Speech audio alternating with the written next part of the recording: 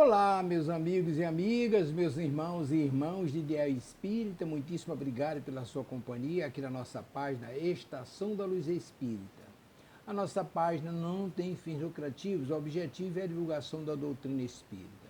E é por isso que nós reunimos aqui essa programação da Web Rádio Cristo Consolador de São Paulo e da Web Rádio Estação da Luz Natal, entre outras matérias, para que você encontre no mesmo lugar aquilo que atenda às suas necessidades, estudo, pesquisa, lazer, lembrando, sem fins lucrativos. O objetivo é esse. Vamos agora a um programa que vamos reproduzir aqui na nossa página Estação da Luz, você é nosso convidado. Programa Psicologia do Amor, segundo Joana de Ângeles, curas aparentes e curas reais. Apresentação de Cátia Faria, na Web Rádio Cristo Consolador de São Paulo. Muitíssimo obrigado mesmo pela sua companhia e vamos ao programa.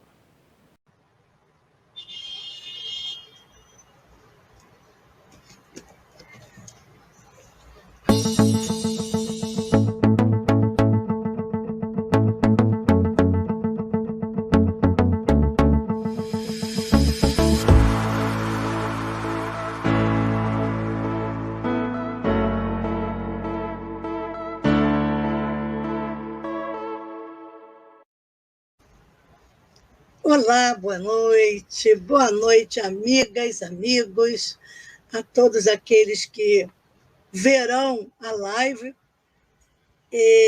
Eu estou muito feliz, mais uma noite aqui, para falarmos sobre as lições de Joana e fazer grandes reflexões, mas vamos fazer a nossa pequena rogativa, pedindo a Deus nesse momento, a Jesus, o nosso amigo de todas as horas, amigo querido, porque assim ele se considerava amigo.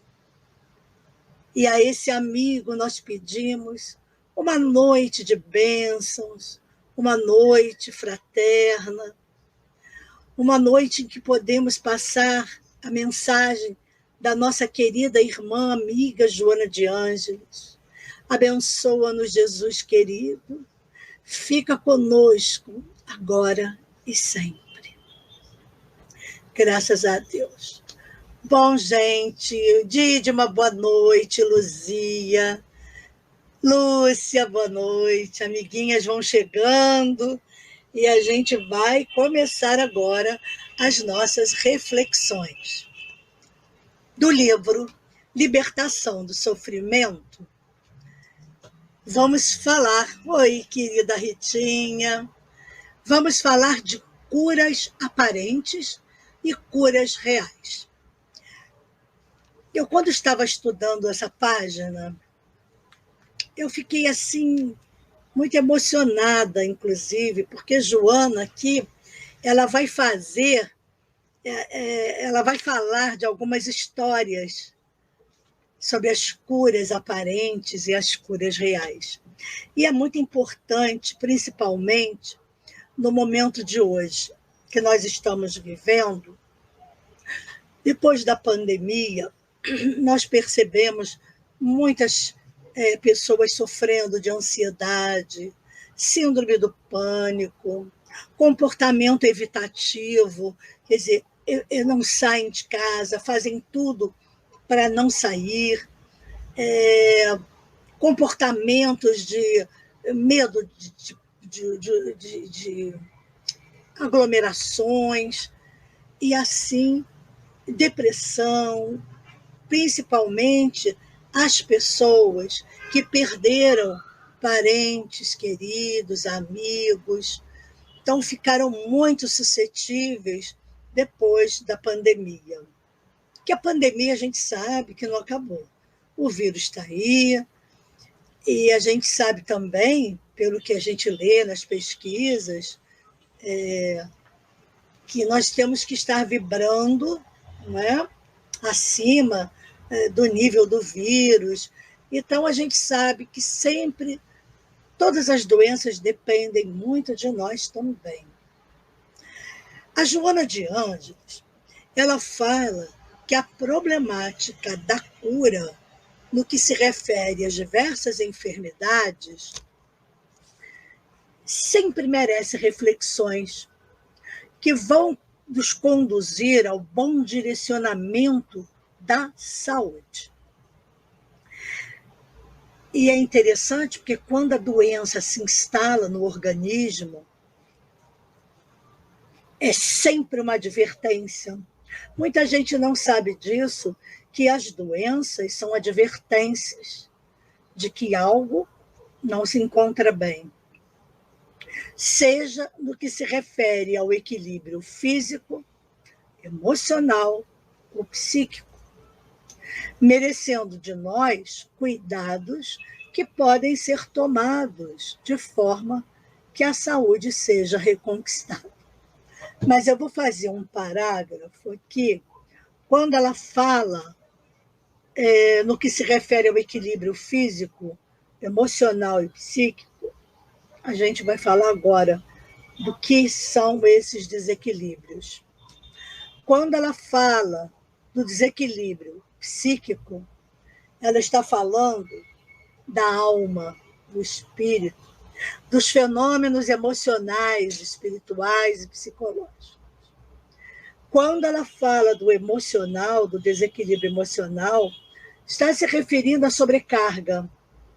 Pode ser de trabalho, do fim de um relacionamento, do desentendimento familiar, do luto, né, da perda de pessoas queridas, como acabamos de relatar, e tudo isso gerou sintomas, desequilíbrios emocionais, fatores estressantes que levam ao descontrole. E o que é o físico? O físico é justamente quando somatizamos esses fatores desencadeantes do estresse. Então, por exemplo, uma pessoa que desencadeia com tudo isso, ela desencadeia uma emoção muito forte na questão da perda de alguém. Ela pode deprimir. E a depressão começa, não é, com aquela apatia, ou falta de sono, ou excesso de comida, ou não comer, não ter vontade de fazer nada, e com isso a pessoa vai adoecendo fisicamente, porque vão surgindo sintomas. Na ansiedade, por exemplo, que é bem, que a gente pode explicar melhor, inclusive, na ansiedade, taquicardia, o peito dói, dor de cabeça, na enxaqueca, sudorese fortíssima nas mãos, nos pés, nas axilas. A pessoa começa a transpirar demais quando ela entra em crise de ansiedade. E outros sintomas mais. Então, esse é o físico. E muitas vezes gerando até doenças crônicas, como uma hipertensão arterial, algum problema de tumores, diabetes por excesso de estresse. Então, existem muitos fatores que são desencadeadores nas nossas doenças físicas, que vão começar sempre aonde? Na nossa alma, né? São esses fenômenos que ela quis dizer. Então, ela fala... Boa noite, Angélica. Então, ela fala que, em face da nossa constituição muito delicada, em que se apresentam os órgãos, há uma interdependência, né, entre eles. Então, os conteúdos mentais e emocionais do ser humano. O coração não está sozinho, os pulmões não estão sozinhos, o estômago, o fígado, o baço, rins. Nada está independente, são todos interdependentes. Então, qualquer distúrbio que surge em qualquer área vai refletir em outro, automaticamente, mais ou menos correspondente vamos dizer, ela diz sobre o ponto de vista vibratório. Quando nós, aqui na nossa cabecinha, vibramos mal, nos desequilibramos, vai afetar todos os nossos órgãos. Mas todo mundo tem, pelo menos eu tenho, que é a voz e a garganta, um ponto fraco. Tanto que acabei fazendo um câncer de tireoide, tivemos que tirar toda, né, remover tudo, porque, com certeza, fatores estressantes, não é? Rebeldias e coisas assim, onde era, dentro do meu desequilíbrio, onde é que aconteceu o fator físico? Aqui, nessa região que eu sempre tive desde criança muito delicada, no sentido de ser mais vulnerável.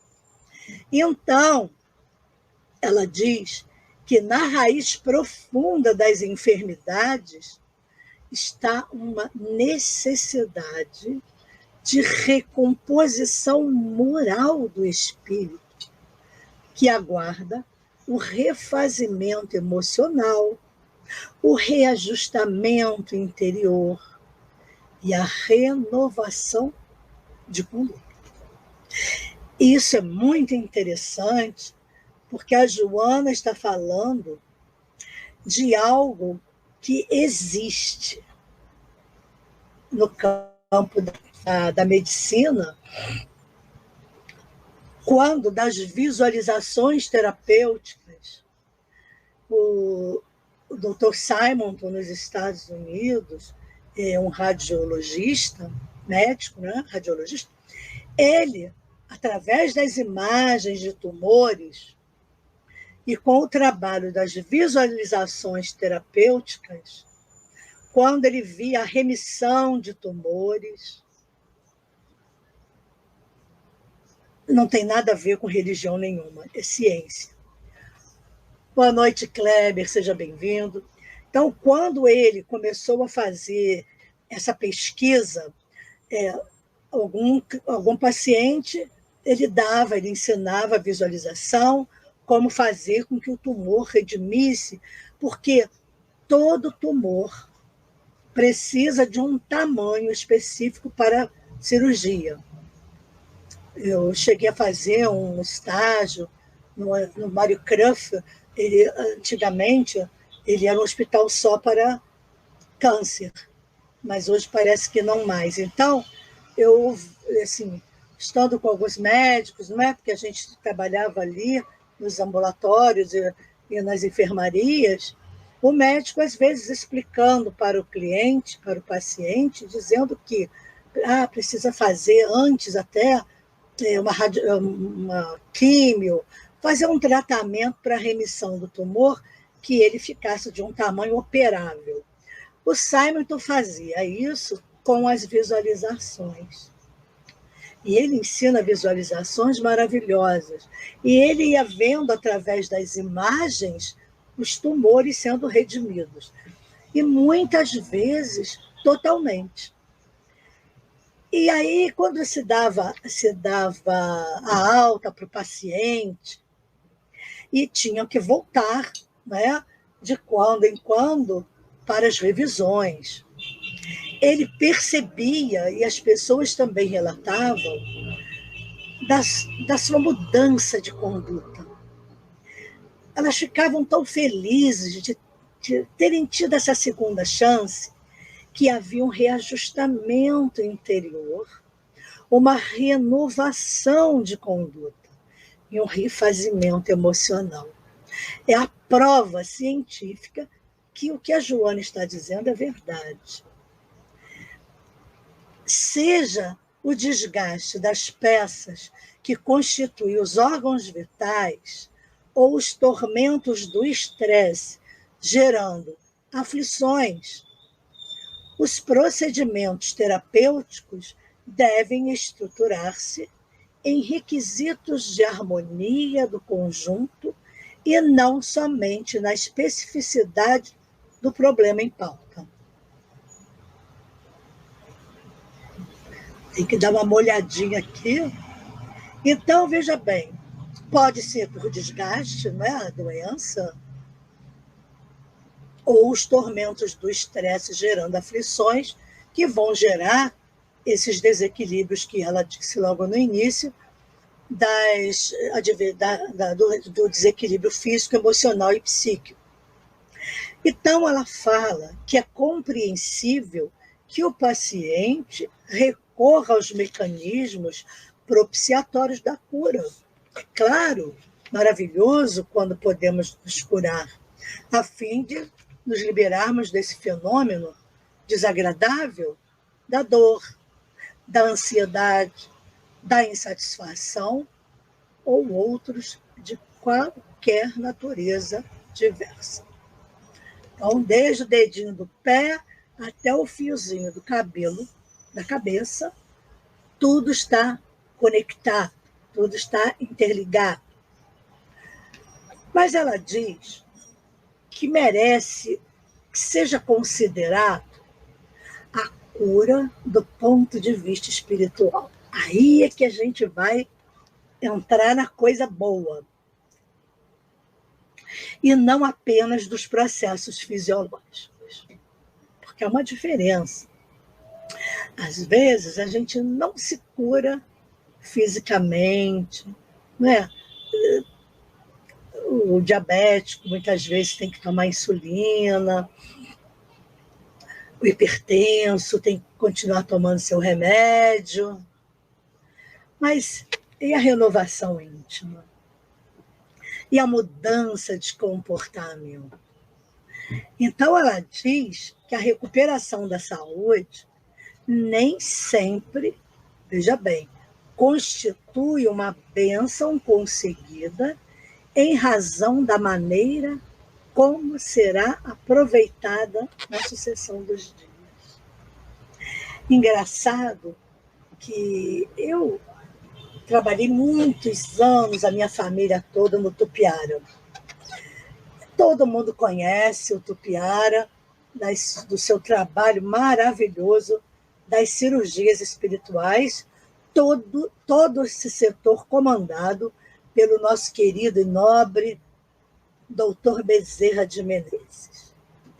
Então, a gente via no processo das cirurgias pessoas que não se curavam e outras que se curavam na primeira cirurgia.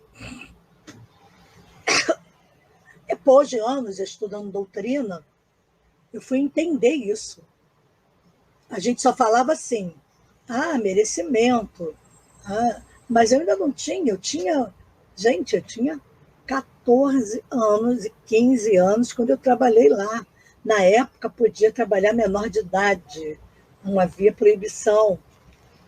Então, eu trabalhava, inclusive, na cura, levando os pacientes para a caminha, né, para a maca, dava o passe antes dele entrar na sala de cirurgia. Eu adorava fazer esse trabalho, calçar o sapatinho lá das pessoas. Mas umas diziam assim, eu já estou na terceira cirurgia, minha filha. Eu espero tanto melhorar.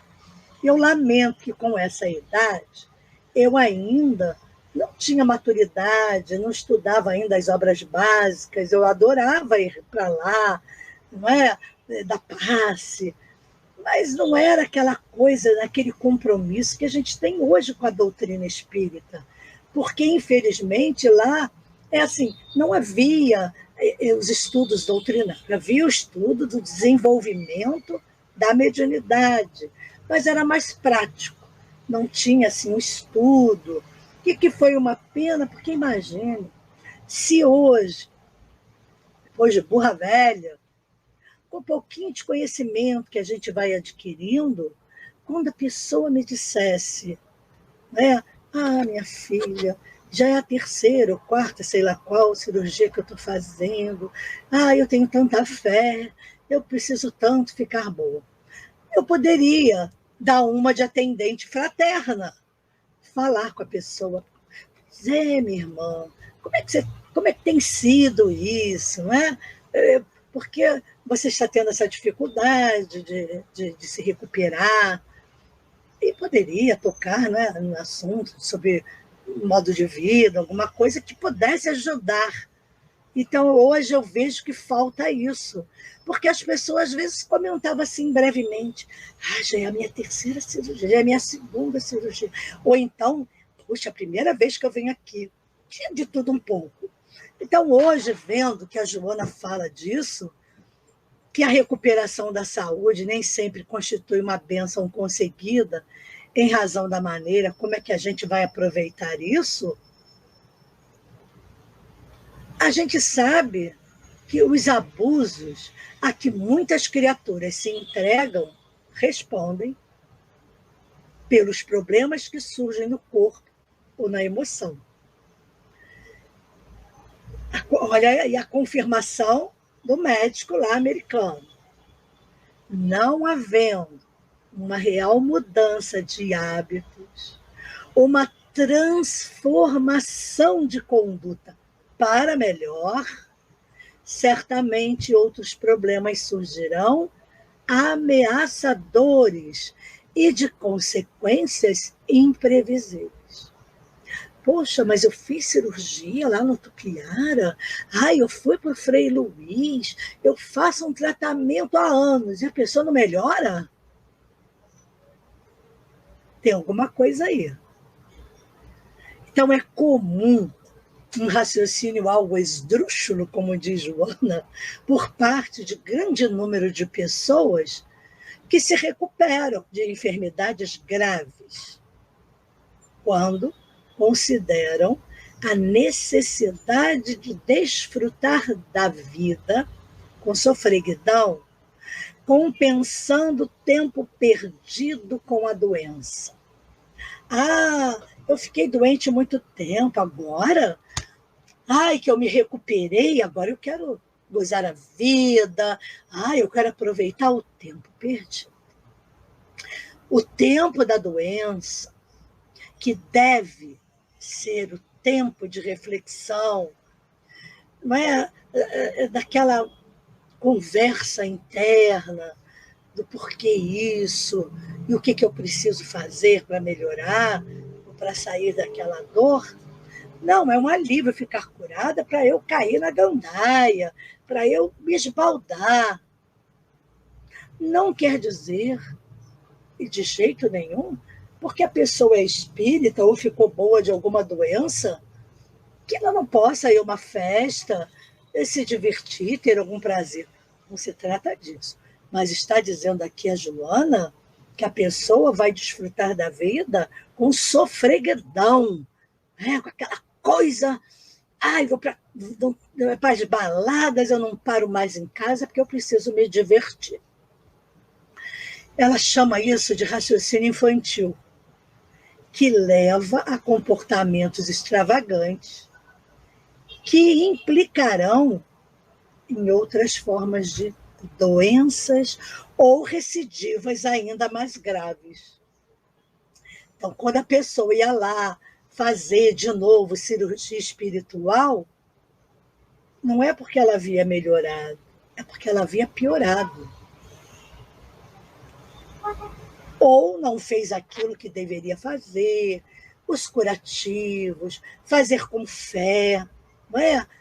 Ali, agradecida. Não.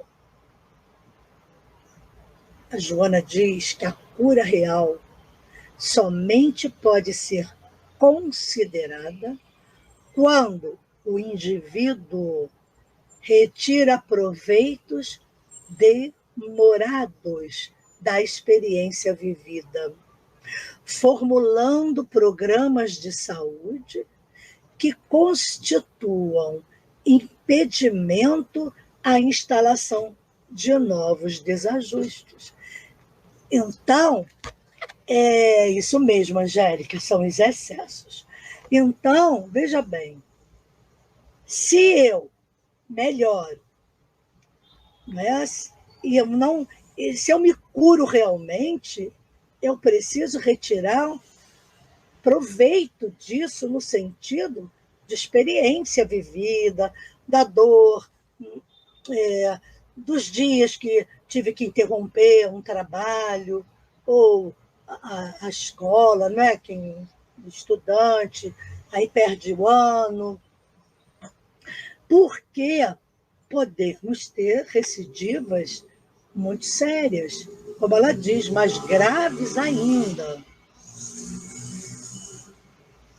Para que essa finalidade seja alcançada, mister se faz que se haja conseguido entender a mensagem subliminar do desconforto experienciado.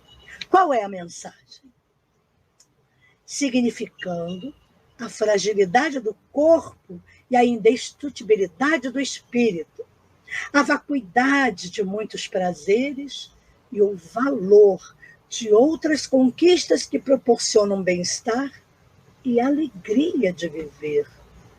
Quantas pessoas nós sabemos que, não tendo doenças longas, que não tiveram uma cura, mas só apenas alívio, pessoas que ficaram até inválidas, com dificuldades de locomoção, que mudam a vida, não caem em desespero, conseguem ter uma resiliência, e aí elas vão valorizar outras coisas que tragam para ela bem-estar e a alegria de viver, apesar de. Não por causa de, mas apesar da doença, você encontrar meios para que você tenha alegria de viver. Ela diz também que esse efeito opera-se do interior para o exterior da criatura. Começa de dentro, não é de fora. Em forma de compreensão do sentido existencial e do esforço que irá empreender para preservar o equilíbrio indispensável, a manutenção da harmonia na condição de saúde. Gente, que beleza isso que Joana está nos falando. Quando esse efeito se opera dentro de nós, quando surge dentro de nós a compreensão do sentido existencial da vida, quando eu começo a perceber a riqueza de viver, de estar aqui, e no esforço empreendido para preservar o equilíbrio, aí nós vamos encontrar realmente a manutenção da harmonia na condição de saúde. Às vezes, mesmo de uma doença incurável, mas que ela poderia ter efeitos colaterais terríveis, ela estaciona. A medicação intuída, na maioria das vezes, para o médico, alivia bastante a dor, o sofrimento, unindo, não é, com essa harmonia, com essa compreensão, com tudo isso que a Joana nos adverte, com certeza teremos uma imensa qualidade de vida, mesmo na adversidade. A Joana cita algumas passagens que eu acho sensacionais, que até assim em estudos, de palestrinhas que a gente faz, né, no centro, alguns estudos de personagens da Bíblia, que estão na Bíblia, né, que tiveram as suas curas por Jesus. Então, ela vai citar alguns casos muito maravilhosos e que todo mundo conhece. O primeiro caso que ela cita é o Natanael ben Elias. Aquele paralítico, lembra? Descido do telhado, na casa de Simão Pedro. Lá em Cafarnaum, tá? O esforço que esta criatura fez, querendo ser curada por Jesus, Gente, eu estou um cisco dentro do meu olho, acredito. Eu ouvi alguém falando sobre essa passagem, eu achei fantástica. Eu não lembro se foi o próprio colega Rossandro, que também é psicólogo. Eu não lembro quem foi. Eu sei que realmente foi um esforço. E assim, a solidariedade das pessoas. Vocês imaginem, gente, pegar um paralítico de cadeira de rodas, subir no telhado, descer com ele do telhado lá na frente de Jesus. Eu fiquei visualizando essa cena extremamente bizarra, não é? Que se recuperou totalmente da enfermidade, que estava aprisionado, né? Ele o aprisionava ao leito. Não seguiu Jesus. Pelo contrário, entregou-se às dissipações que lhe trouxeram outros males, sucumbindo à morte inevitável. Primeiro exemplo. E o cego Bartimeu, de Jericó? O cego Bartimeu, que rogou em altos brados o socorro de Jesus para a escuridão em que se debatia. E eu me lembro que esse foi o Rossandro que contou, eu amei, porque às vezes existem detalhes assim que a gente realmente não sabe. E esse povo que vai lá, né, buscar a vida da pessoa, vai e consegue extrair da história, não é? Que existia uma autorização, né, dos romanos, de quem estivesse, porque a mendicância parece que não podia, mas de pessoas com deficiências, aleijados, cegos, eles usavam feito um manto, um cobertor, né, até dessas pessoas em situação de rua, né? Então, como se fossem verdadeiros mendigos. E tinha uma coisa muito interessante que eu não sabia. Uma vez retirado esse manto, não poderia mais ser colocado. Vejam se é isso mesmo, porque isso eu tenho certeza que foi do Rossandro, porque eu fiquei muito emocionada. Nunca mais eu esqueci a história do Bartimeu. E ele, aí o Rossandro até fala, ele teve coragem. A fé, ele sabia que Jesus podia curá-lo, e ele tirou aquele manto e pediu a Jesus em altos brados realmente o socorro para a escuridão em que ele se debatia. É porque a Joana aqui, ela está falando rápido e ela não descreve o diálogo quando Jesus pergunta, né? Tu queres que eu te cure? Tu acreditas que eu te cure?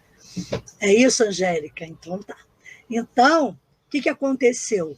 Recuperou a vista.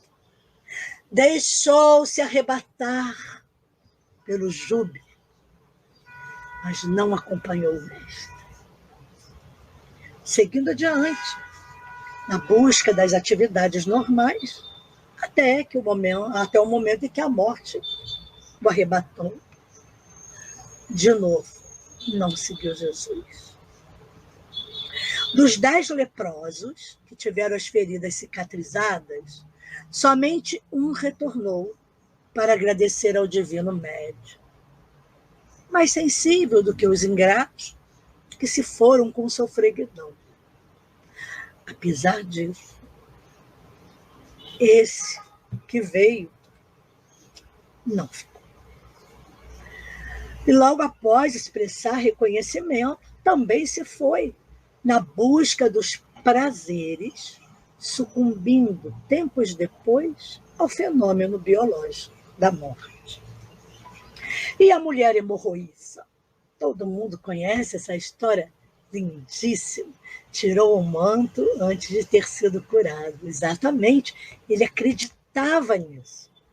A mulher hemorroísa, que teve o fluxo de sangue detido, exaltou o mestre alegremente.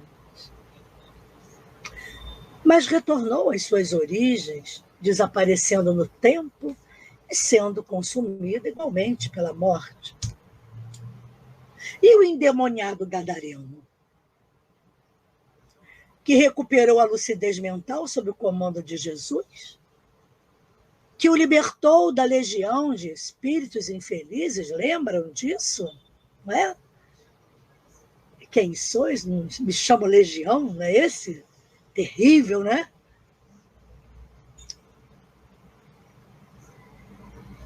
Ele louvou Jesus, porém, continuou na mesma cidade onde fora espezinhado e perseguido, mais tarde devorado pela morte. Também não ficou.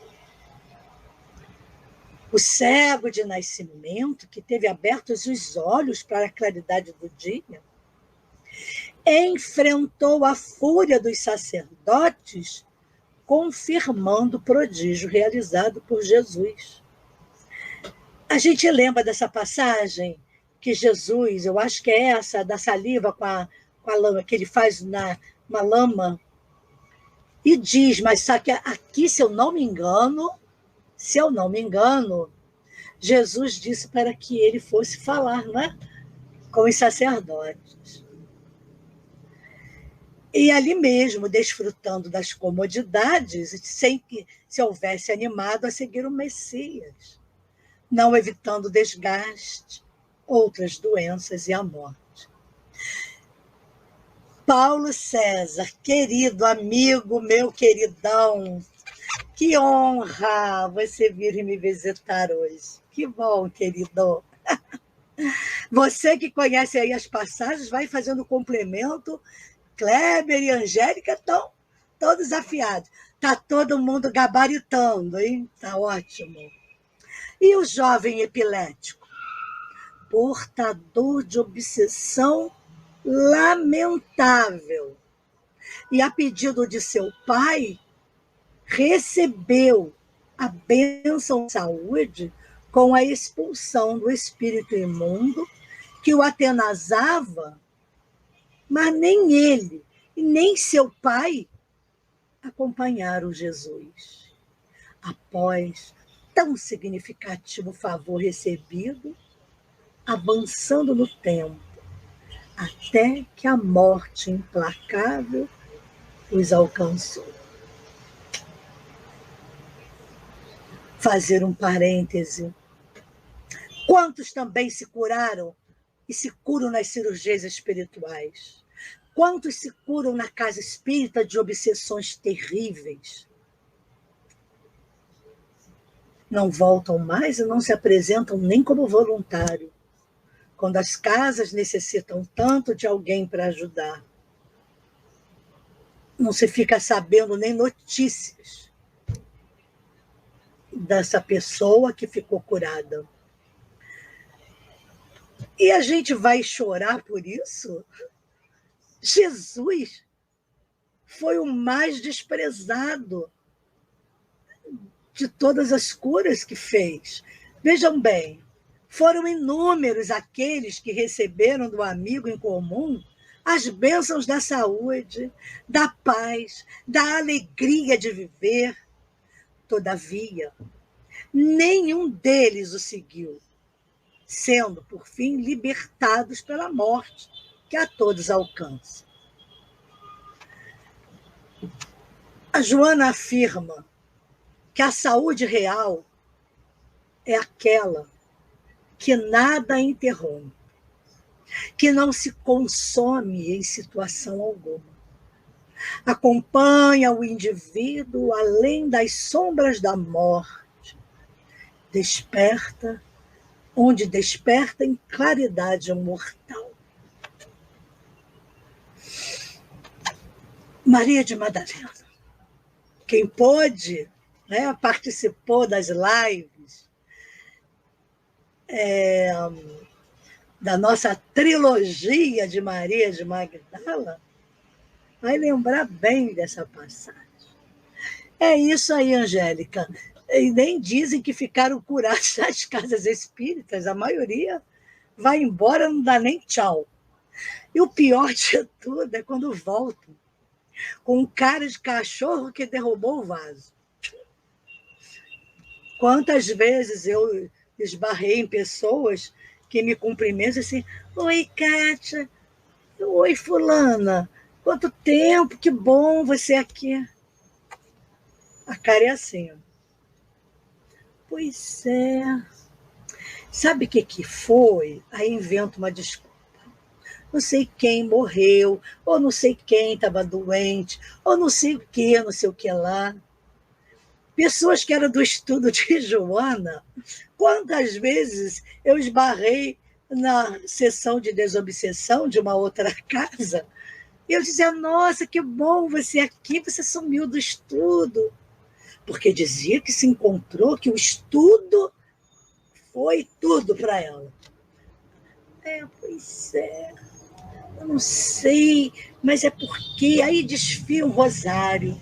Eu digo, não, tudo bem, que bom que você está aqui. Beijo. E tchau.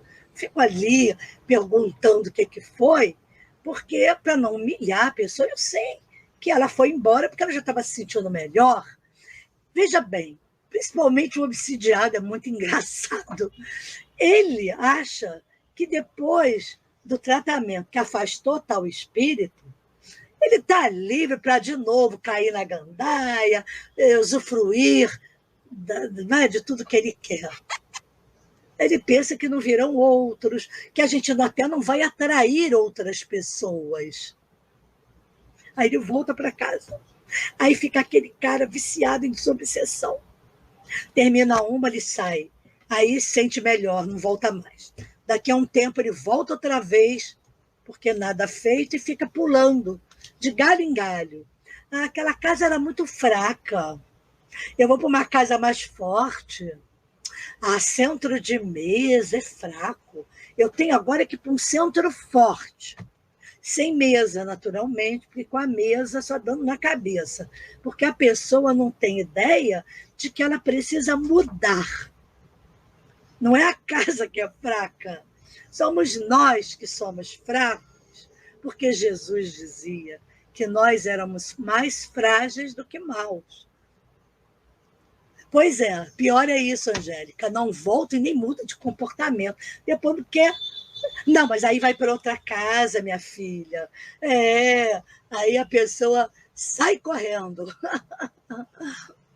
É exatamente, Dídima, somos crianças, muito crianças. E a Joana fala, ela diz que nós somos imaturos psicologicamente. É a nossa imaturidade espiritual que faz com que nós nos comportemos como crianças. Mas vamos ver aqui uma coisa também, minha linda. A gente vai ser criança até quando? Está na hora de crescer, não está, não? As consequências da nossa imaturidade espiritual, nesse comodismo de nos comportarmos como criancinhas rebeldes, é que está levando não só o planeta, como o nosso país e toda a humanidade a esse caos que se encontra. Guerras espirituais, de religiões, políticas, guerras por território. Até quando vamos ser crianças? Até quando vamos ficar de olhos vendados? Maria de Madalena, portadora de ultriz enfermidade da alma, recebeu de Jesus a cura real. Ela deu-se-lhe em regime de totalidade, sendo por ele homenageada para anunciar a sua ressurreição. Não foi para ela que ele se mostrou lá no túmulo? E quando a morte lhe chegou, alou-se ao infinito em luz. A mulher adúltera, a quem ele impediu de ser lapidada, esse é outro caso, hein? pelos cruéis perseguidores, renovou-se, acompanhando Jesus por algum tempo, e partiu para longes terras, onde ergueu um lar para os infelizes, quanto ela o fora. Arrebatada pela morte, prosseguiu no ministério de compaixão e amor em nome dele. Olha que beleza de história. Madalena, a mulher adúltera, que ninguém sabe o nome. Zaqueu, gente. Zaqueu, o desditoso cobrador de impostos, que padecia de atrofia dos sentimentos nobres. Atrofia dos sentimentos nobres. Ao ver Jesus passar, deixando-se tocar pela sua ternura, ele era pequenininho, né? Dizem que ele era pequenininho, ele subiu lá numa árvore. Ele se sentiu tocado pela ternura do mestre e recebeu Jesus em seu lar, convidou Jesus ao seu lar. E que Jesus foi muito criticado, porque as pessoas adoram criticar, né? Foi criticado porque aceitou o convite generoso de Zaqueu, sem esquecer Jesus. Zaqueu partiu para outra cidade, onde abriu um albergue para os sofredores, homenageando Jesus. Ao falecer, recebeu multiplicados os dons que oferecera aos irmãos do caminho. Gente, eu me emociono muito com essas histórias maravilhosas que nos dão uma força. Pelo menos para mim, essas histórias são motivadoras. Todos quantos receberam a cura real para as mazelas do espírito, renovaram-se e permaneceram devotados ao bem, lutando infatigavelmente pela preservação da saúde plena. Então, vamos lá. Então, essas pessoas que ficaram curadas pelo mestre e foram ingratas, não reconheceram. Peraí, Jesus também não estava esperando que ninguém fosse lá bajular. Ah, Senhor, obrigada, como isso é bonzinho. Não, estamos falando aqui de uma coisa muito maior. É o que Joana fala no livro Psicologia da Gratidão. O comportamento de gratitude. É o que Joana fala. Não é retribuir um presente que me é dado por outro presente. Não é desse tipo de gratidão que Joana fala nesse livro maravilhoso, que nós ainda vamos estudar, hein? Se Deus quiser. Não. Joana está falando da cura real.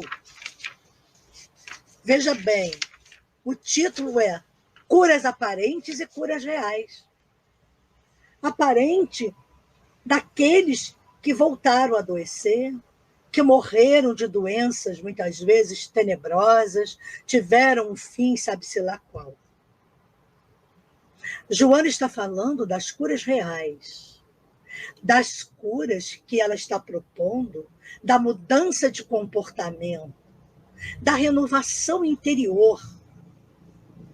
É disso que a Joana está falando, é dessa cura. Porque quando ela diz que o efeito precisa ser do interior para o exterior, é isso que aconteceu com esses casos que foram muito bem, não é? Terminaram muito bem. Alguns, ela dá aqui só alguns exemplos, mas tiveram outros, com certeza. Basta ler-se a Bíblia, não é? Lá os casos da cura de Jesus, das curas de Jesus. Então, quando a gente tem esse efeito interior, e a gente passa a ter compreensão, como ela diz, do sentido existencial da vida e do esforço de empreender e preservar o nosso equilíbrio, mudando de comportamento. É a transformação moral, espiritual. E essa transformação é dada, a gente percebe através do comportamento, é a mudança. Então, quando ela cita esses exemplos de todos quanto receberam a cura real, curas do espírito enfermo, Paulo está dizendo. Então, as pessoas que não, como acontece nos casos das cirurgias espirituais, que nós estávamos falando do Frei Luís, lá da Boiúna, o Tupiara. Eu falo desses dois porque são os maiores que a gente conhece, assim, muito famosos, e que têm uma longa história de muitas curas. E tem gente persistente, que eu me lembro ainda, Moçoila. Olha de onde eu fui tirar do baú esse nome, Moçoila. Quando eu era ainda mais jovenzinha, eu me lembro de um caso lá no Tupiara, de um senhor, olha só que bacana, ele tinha uma cirrose hepática. Ele se curou no Tupiara na 8ª cirurgia. Ele insistiu, ele não desistiu. E depois que ele se curou, ele passou a trabalhar no Tupiara em agradecimento, numa atitude, né, de gratitude. Não era de agradecimento, eu sou grata. Gratidão, Senhor. Não. Não é uma retribuição de coisa, mas é uma entrega de si mesmo, como fez Maria de Magdala. Ela deu-se-lhe, ela se deu a Jesus, até a lepra consumi-la e ela desencarnar. Mas Jesus veio buscá-la, não é? Ao infinito, em luz. E assim todos quantos receberam essa cura real, porque foi uma cura verdadeira. A pessoa realmente queria melhorar, ela queria se curar. Santuário de Frei Luís, dentro da Boiúna, condicionador. Eu não entendi nada, Paulinho.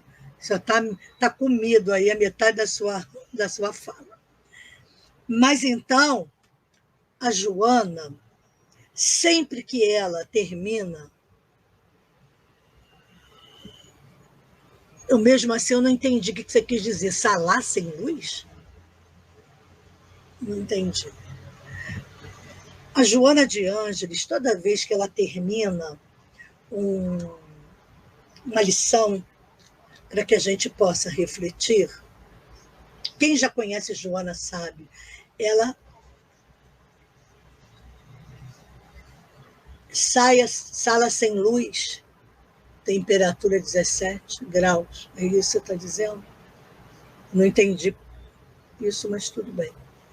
As salas sem luz e ar-condicionado a 17 graus. Ah, sim, mas aí você está falando dos trabalhos que são de... Qual é o nome que eu esqueci? Ectoplasmia. Tem que ser numa sala sem luz, totalmente escura. E a Joana, ela sempre termina com um passo a passo, dentro da lição que ela traz. Ela diz assim, quando ela fala em qualquer, é qualquer mesmo, hein? Em qualquer processo, de enfermidade. Isso é bem consolador, hein, gente? Em qualquer processo de enfermidade, a busca da cura deve estar acompanhada do interesse pela conquista dos valores imperecíveis do espírito, que é o agente de todas as ocorrências perturbadoras. Ela diz, em qualquer processo de enfermidade, curar-se tem que vir acompanhado do interesse pela conquista dos valores imperecíveis do espírito. Outra dica de Joana: o esforço para conseguir-se a recuperação da saúde é fator básico para a aquisição da paz. Quando ela fala aqui, o esforço, é porque não cai do céu. Nós precisamos fazer a nossa parte. Qual é a nossa parte? A nossa parte é o esforço para recuperar-se a saúde. De modo, veja bem, a enfrentar quaisquer situações menos agradáveis com equilíbrio e alegria existencial.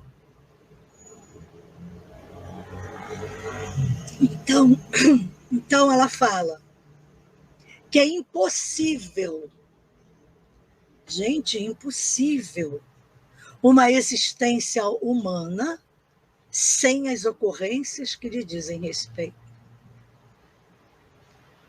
É impossível uma existência humana sem as ocorrências que lhe dizem respeito. Desse modo, constitui sabedoria optar-se pela iluminação interior. Às vezes eu brinco, e justamente eu digo isso brincando, quando eu digo assim, mas eu sou inteligente, já não faço o mal que penso, porque eu sei das consequências e quero optar por me iluminar. Então eu trato de espantar os maus pensamentos e trato de mudar a sintonia.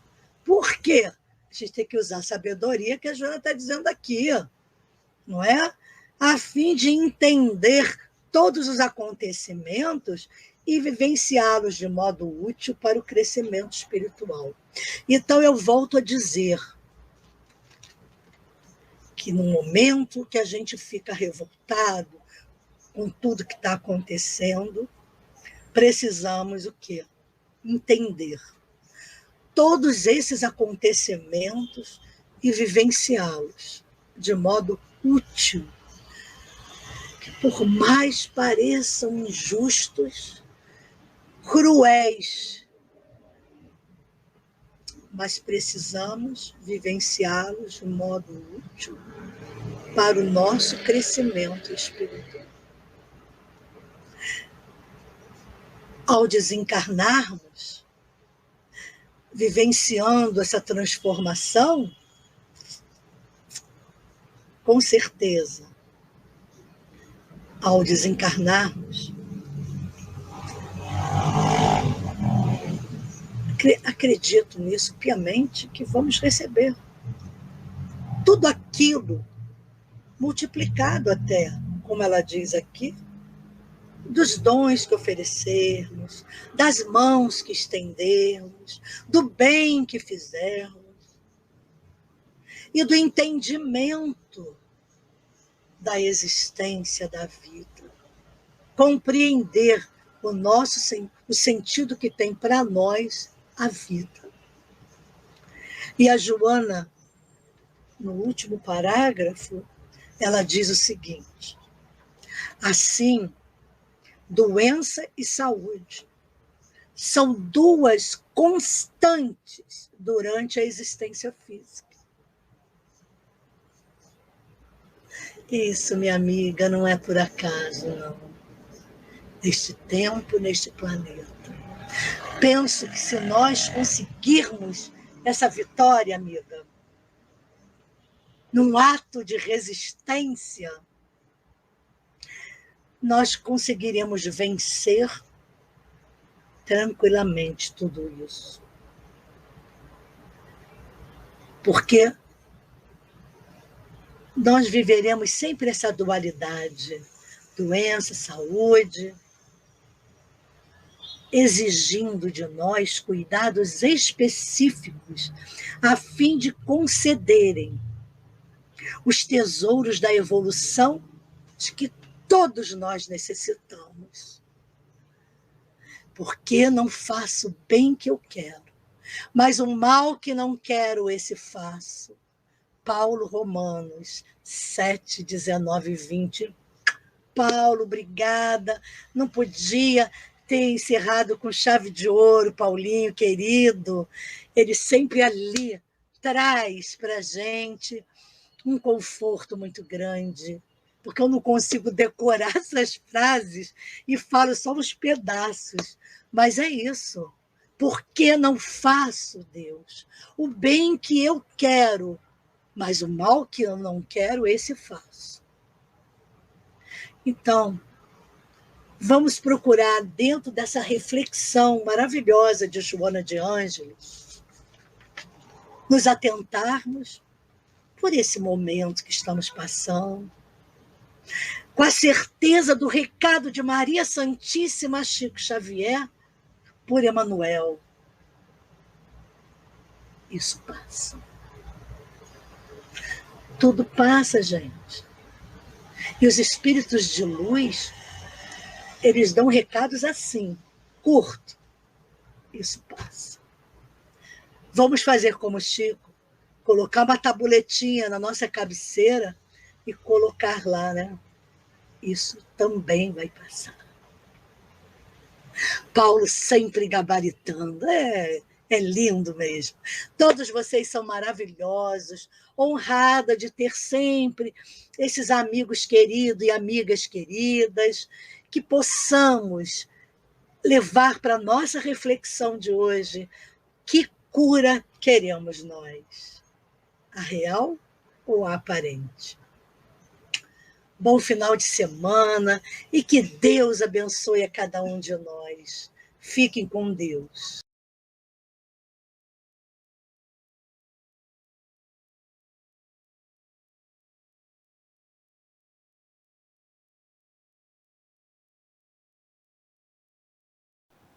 Chegamos ao final da nossa atividade. Muitíssimo obrigado mesmo pela sua companhia e espero você no próximo evento.